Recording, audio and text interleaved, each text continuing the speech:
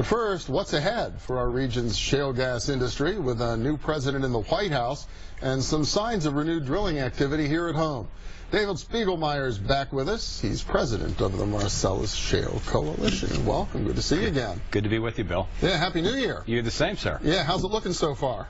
Well, cautiously optimistic. Okay. We've seen some recovery. We were down as low as 13 active drilling rigs last year in Pennsylvania. Just 13 in the state? In the state. Wow. We're up over 33 in the last 4 months. So 13 compares to what? If you went back 5 years or so? If I go back to early 2012, we were at 111 active drilling rigs in Pennsylvania. Now, that said, I don't think that's just the measure. We've been far more efficient on drilling wells. Early in this development, 08, 09, it would have taken us 60 days to drill a natural gas well with a 2,000 or 3,000 foot horizontal lateral. Today we're able to drill those wells in 17 to 22 days. And the efficiencies in drilling from a financial standpoint, it's become more cost effective to drill longer laterals and do them in a much more compressed period of time. So, that 111 rigs isn't the test of profitability. You would not be expecting to see that many rigs, even if it was a full-blown. That's correct. I think that's fair. Yeah. What's a measure, I think, is the activity in getting infrastructure built, getting facilities up and operational, and frankly, what we're starting to see now, and the real benefit to consumers, is what's yielded back to the burner tip. Consumers across Pennsylvania, 53 to 74% for their purchased natural gas costs than what it was in 2008. Real benefit. Now new downstream industries taking hold as a result. Dorbon taking over a steel facility in McKeesport to build pipe for Dominion's major pipeline project in the Atlantic Coast area.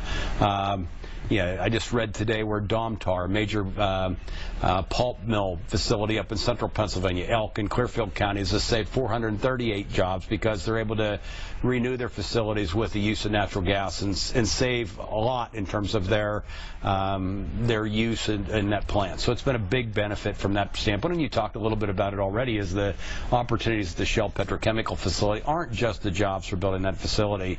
It's the downstream opportunities come from, basically taking ethane that's produced in western Pennsylvania, producing a plastic pellet through the cracking process, and then you have the downstream opportunities for paints and coatings and sealants and plastics and adhesives that I think follow that development in the early 2020s that I think will be enormous for our region. Well, we land a cracker like that too. We have that manufacturing operation here. We keep more of this resource here for the value-added manufacturing downstream. And that's absolutely critical. For the regional economy, right? That is absolutely critical. And we're probably in a 5 to 7 year window right now to be able to get the end use. When people think of natural gas, they think, I heat my home, cook my food, dry my clothes, heat my hot water. But it's nearly every single consumer product that you touch today.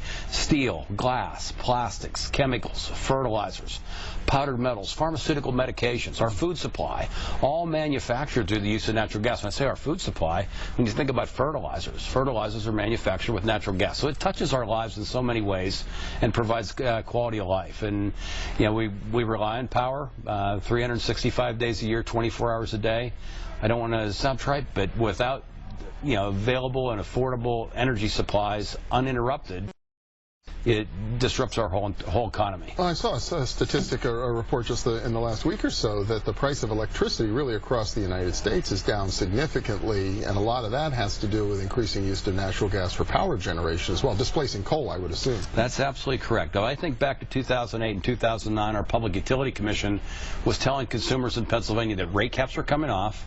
Your power rates were going to raise anywhere from 30% to 100%, depending on which utility. I remember that. Yeah. And at the same period of time, natural gas was coming online. That's coming from shale development, and natural gas historically set the price for power because it was the last dispatch fuel. Today, in many cases, it's the first dispatch fuel, and it saves consumers billions of dollars in Pennsylvania in avoided cost and in use costs. That you have natural gas that you're burning, and on top of that, it's delivered huge reduction in carbon dioxide emissions. We're at a 23-year low in the U.S. in carbon dioxide emissions. Why? Because we're burning natural gas and power generation. A huge benefit from a climate perspective.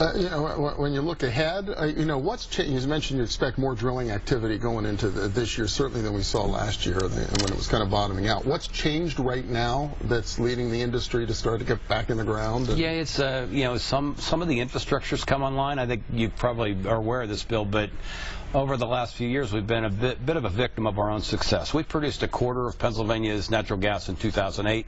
Today, here in Pennsylvania, we produce a quarter of America's natural gas. We've gone from 180 billion cubic feet of production in 2008 to today over 5 trillion cubic feet of natural gas. So it's an incredible journey in a short period of time, but the reality is we got to get the infrastructure in place to get that gas out of here. When all that gas comes into a central location, a hub location, it backs up. It has to be stored, parked, loaned, a lot of different things that have to happen, and that basis reduction, or the haircut operators have taken, have lessened that commodity price from the NYMEX price by as much as 60% in Pennsylvania. That's a huge haircut operators take, and our take, and it's impacted drilling capital being spent in Pennsylvania as a result. The other piece of that is, Pennsylvania's made it difficult. We worked hard to modernize the regulatory framework for development, yet we continue to regulate and over-regulate an industry that needs to have some certainty and predictability. Long-time policies matter, and we're working hard to make sure that Pennsylvania can compete with our neighbors. Many of them are in the top 10 across the country from Site Selection magazine of places to invest capital. We're not there right now, and we need to make sure we have the policies that will attract capital, keep capital here to grow jobs and investment in our industry. You still hear grumblings down and whispers down in Harrisburg about the possibility of a severance tax or some additional. So how's that conversation going? Chair, I just share with you, we already pay a tax, and the tax rates that we've got in an impact tax that passed in 2012, based upon where commodity prices have been, we've gotten double what we would have got under a severance tax model like West Virginia. I know West Virginia was used early as the model. If we would have been paying a West Virginia model, we'd have paid less than half of what we paid in an impact fee. The benefits, though, have been extraordinary. I was in Washington County just the other day and did an editorial board visit, and I looked at some of the benefits in Washington County alone. They've been able to avoid increase in property taxes as a result of the impact investments that have been made in those counties. And it's not just there, it's here and in other counties all over our region. It's been a huge winner for our region to keep that money locally instead of going to the general fund and then fighting for that money to be doled back out to western Pennsylvania. A little less than a minute left, but I got to ask you, what do you make of the Trump administration and national energy policy as it affects us here?